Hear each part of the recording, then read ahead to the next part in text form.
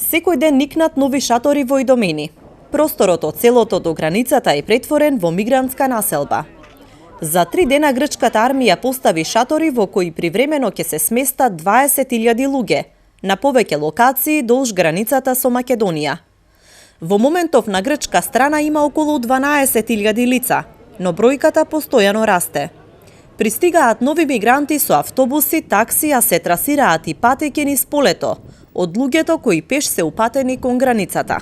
Еден од најголемите проблеми со кои што во моментов се соочуваат мигрантите во Идомени е недостатокот на храна, вода за пиење, но и техничка вода. Пред секој шатор има импровизиран логорски оган каде што се подготвува оброк за семејството. Мал број од луѓето минуваат на македонска територија. Семејството на Асан од Сирија беше едно од оние кои утрово влегоа во земјата. Предност имаа поради инвалидитетот на таткото. بسوريا كنا ببيتنا اجى عاد برميل قصف بيتنا وطرنا نحن البيت راحت الرجليه. Дневно во Македонија влегуваат околу 300 мигранти. Со ваквата динамика, кампот кај Идомени ќе се испразни за 40 дена, ако во меѓувреме не пристигнат нови групи мигранти.